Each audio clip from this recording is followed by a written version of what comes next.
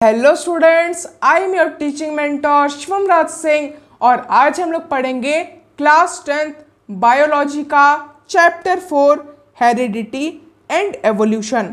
सो students, इस lecture के अंदर हम लोग डिस्कस करेंगे लॉ ऑफ इनहेरिटेंस के बारे में। इस लेक्चर के अंदर हम लोग लॉ ऑफ इनहेरिटेंस को बिल्कुल डिटेल में जाकर के समझेंगे और हम लोग जानेंगे उस पर्सन के बारे में जिन्होंने लॉ ऑफ इनहेरिटेंस को दिया था, हमारे बीच प्रपोज किया था। सो ये सारी चीज़ें आप इस लेक्चर के अंदर जानने वाले हैं, इसलिए हमारे इस वीडियो को लाइक ज़रूर से कर दीजिएगा और हमारे चैनल को सब्सक्राइब भी ज़रूर से कर लीजिएगा।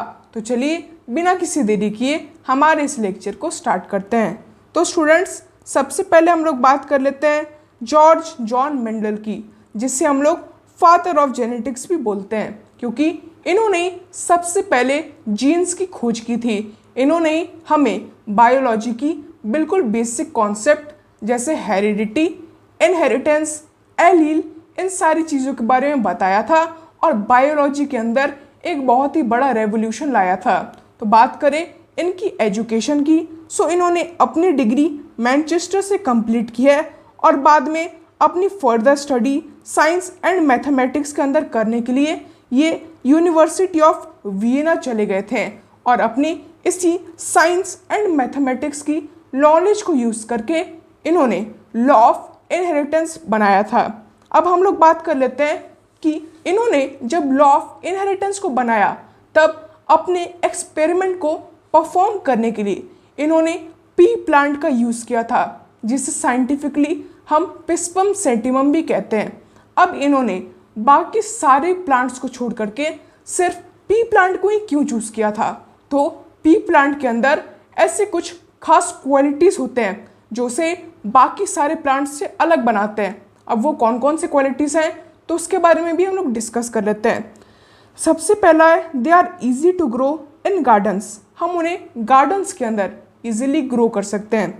दूसरा है कि the flowers of the pea plant are bisexually characterised, उनके जो फ्लावर्स होते हैं पी प्लांट्स के वो बाइसेक्सुअल कैरेक्टरिस्टिक्स शो करते हैं एंड हम एक पी प्लांट से भी काफ़ी सारे पी प्लांट्स को प्रोड्यूस कर सकते हैं।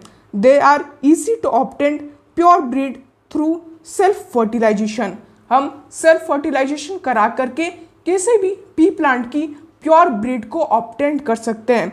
The germination time of pea plant is less, pea plant का जो जर्मिनेशन टाइम होता है वो भी बहुत कम होता है एंड वो काफ़ी जल्दी ग्रो भी कर जाते हैं। इसके अलावा उनकी एक बहुत ही खास प्रॉपर्टी होती है कि they are excellent disease resistance and have an optimal rare of survive, मतलब कि उनके अंदर जो डिजीज से लड़ने की शक्ति होती है वो भी बाकी प्लांट के कंपैरिजन में बहुत ही ज़्यादा हाई रहती है एंड वो बहुत ही हार्श कंडीशंस के अंदर भी इजीली सर्वाइव कर सकते हैं। सो इनके इन्हीं कुछ खास कैरेक्टरिस्टिक्स की वजह से जॉर्ज मेंडल ने पी प्लांट को अपनी रिसर्च के लिए सही समझा और उस पर अपने रिसर्च को कंटिन्यू किया और जिसके बाद उन्होंने लॉ ऑफ इनहेरिटेंस को बनाया था। अब हम लोग कुछ बहुत ही दो इम्पॉर्टेंट कॉन्सेप्ट्स के बारे में डिस्कस कर लेते हैं। पहला है मोनोहाइब्रिड क्रॉस एंड दूसरा है डाई हाइब्रिड क्रॉस। अब इन दोनों के बारे में जानना हमारे लिए बहुत ही ज़्यादा इम्पॉर्टेंट है, क्योंकि आगे इस चैप्टर के अंदर ये दोनों कॉन्सेप्ट्स हमारे लिए बहुत ही ज़्यादा मैटर करने वाले हैं। तो फटाफट से हम इन दोनों कॉन्सेप्ट्स की एक्सप्लेनेशन को देख लेते हैं। सो सबसे पहले बात करें मोनोहाइब्रिड क्रॉस की।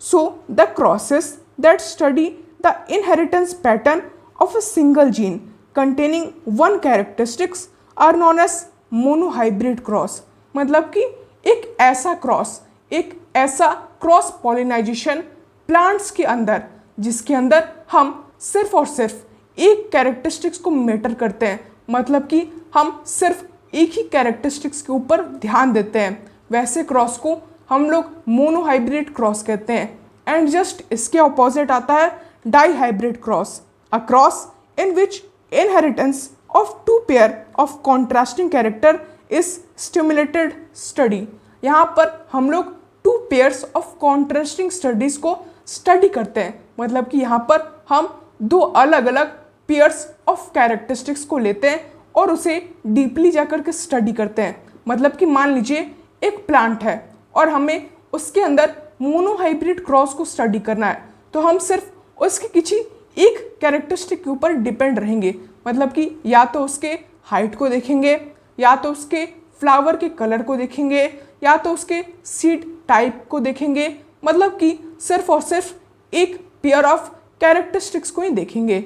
वहीं बात करें डाईहाइब्रिड क्रॉस की, तो यहाँ पर हम लोग उस प्लांट के दो अलग अलग कैरेक्टरिस्टिक्स को देखेंगे। मतलब कि या तो उसका कलर और उसका सीड टाइप हो गया, या तो उसका कलर या तो उसका हाइट हो गया। मतलब कि हम दो अलग अलग टाइप ऑफ कैरेक्टरिस्टिक को यहाँ पर एक साथ स्टडी करेंगे डाईहाइब्रिड क्रॉस के अंदर, और इसलिए इसका नाम डाईहाइब्रिड क्रॉस भी है। क्लियर है? अब हम लोग बात कर लेते हैं कि किस तरह मेंडल ने पी प्लांट के अंदर अपने एक्सपेरिमेंट्स को किया था और किस तरह उन्हें लॉ ऑफ इनहेरिटेंस भी मिला था। So in the early experiment Mendel cross a short plant small T and a tall plant capital T. These plants were called parents and cross pollinized। मतलब कि सबसे पहले मेंडल ने दो अलग अलग टाइप्स के पी प्लांट को लिया था, एक जो कि टॉल पी प्लांट था एंड दूसरा जो कि शॉर्ट पी प्लांट था। टॉल पी प्लांट को हम लोग कैपिटल टी से रिप्रेजेंट करेंगे एंड शॉर्ट पी प्लांट को हम लोग स्मॉल टी से रिप्रेजेंट करेंगे, और उन्होंने इस पी प्लांट को पेरेंट्स नाम दिया था। अब उन्होंने जब इसे क्रॉस पॉलिनाइज्ड किया तो उसके बाद जो ऑफस्प्रिंग क्रिएट हुए, उन्होंने उन ऑफस्प्रिंग को F1 जनरेशन नाम दिया। अब उन्होंने इन F1 जनरेशन वाले प्लांट्स को सेल्फ पॉलिनाइज किया एंड सेल्फ पॉलिनाइज करके उन्हें जो रिजल्ट्स मिले और जो नए ऑफस्प्रिंग मिले उन्हें F2 जनरेशन का नाम दिया गया। अब जब उन्होंने F1 जनरेशन को सेल्फ पॉलिनाइज किया तो उन्हें कुछ ऑब्जर्वेशंस देखने को मिले एंड जिन ऑब्जर्वेशंस को स्टडी करके उन्होंने लॉ ऑफ इनहेरिटेंस को बनाया था। अब लॉ ऑफ इनहेरिटेंस को हम लोग मेंडेलियन लॉ ऑफ इनहेरिटेंस भी कहते हैं, जिसके अंदर बेसिकली 3 लॉज आते हैं एंड ये 3 लॉज हमारे जीन्स की क्रिएशन को एंड इसके कुछ खास स्पेसिफिकेशंस को बताते हैं। तो हम लोग एक एक करके इन तीनों लॉ के बारे में जान लेते हैं एंड इन्हें अच्छे से एक्सप्लेन भी कर लेते हैं। सबसे पहले बात करें फर्स्ट लॉ की, तो हमारा फर्स्ट लॉ है लॉ ऑफ डोमिनेंस, जो कि कहता है a gene has 2 contrasting alleles and one always express itself in the organism irrespectively of the other allele. This allele are known as dominant allele. मतलब कि हर ऑर्गेनिज्म के अंदर 2 अलग अलग एलील्स प्रेजेंट होते हैं हर कैरेक्टरिस्टिक के लिए, एंड उन 2 अलग अलग एलील्स में से सिर्फ एक ही एलील डोमिनेट करता है एंड वही एलील उसके ऑफस्प्रिंग के अंदर एक कैरेक्टरिस्टिक्स बन के उभरता है।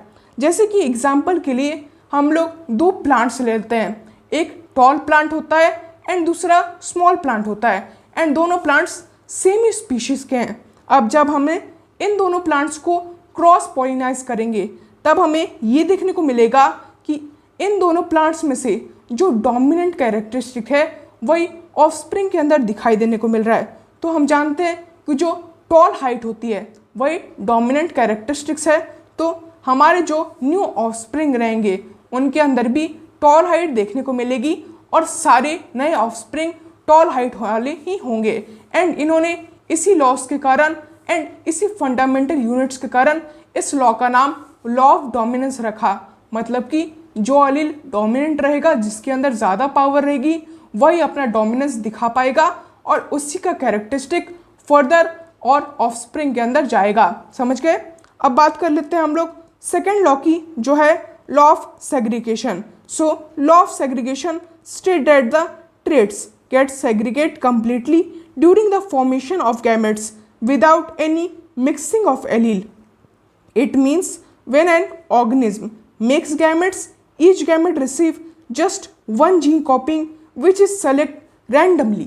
मतलब कि जब भी सेग्रीगेशन होता है किसी भी एलील के अंदर, मतलब कि जब भी गैमेट्स का फॉर्मेशन होता है तब वहाँ पर सिर्फ और सिर्फ एक ही एलील हर गैमेट्स के अंदर जा पाता है एंड वो दोनों इंडिपेंडेंटली सेग्रीगेट करते हैं, जिसकी वजह से हर एलील सिर्फ और सिर्फ एक ही जीन की कॉपी को प्राप्त कर पाता है, कंटेन कर पाता है, और जो जीन की कॉपी रैंडमली सेलेक्ट की जाती है।